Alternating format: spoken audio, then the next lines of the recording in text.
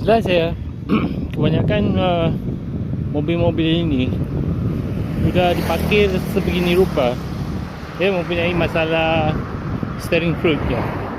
Ya, of course, kerana mobil-mobil ini biasanya membawa ke muatan-muatan yang berat banget ya. Jadi dari segi driving experience gitu, dia rasa heavy.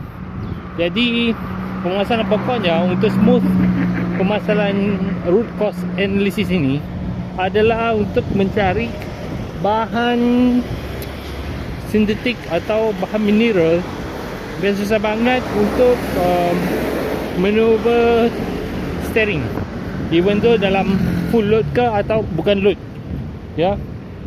Jadi itu permasalahan pokoknya. Itu steering fluid enggak ada didapati di Petronas. Jadi nyata jelas sekali yang ada steering fluid dedikasi untuk mobil-mobil Mercedes, dedicated untuk Mercedes, hanyalah ada di rimbunan kuasa sekitar toko rimbunan kuasa sekitar Subang Jaya gitu.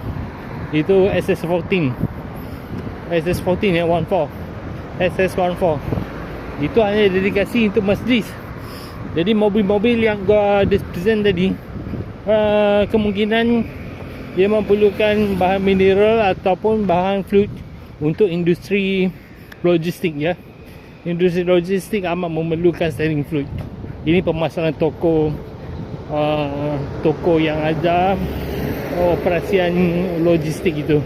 Kerana driving experience dengan dengan mobil-mobil logistik memerlukan steering fluid bagi memastikan setiap kali dia putar itu steering, dia enggak rasa keberatan itu.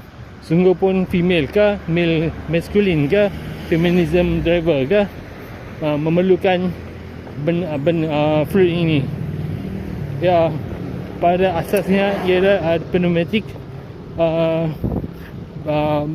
mechanical fluid,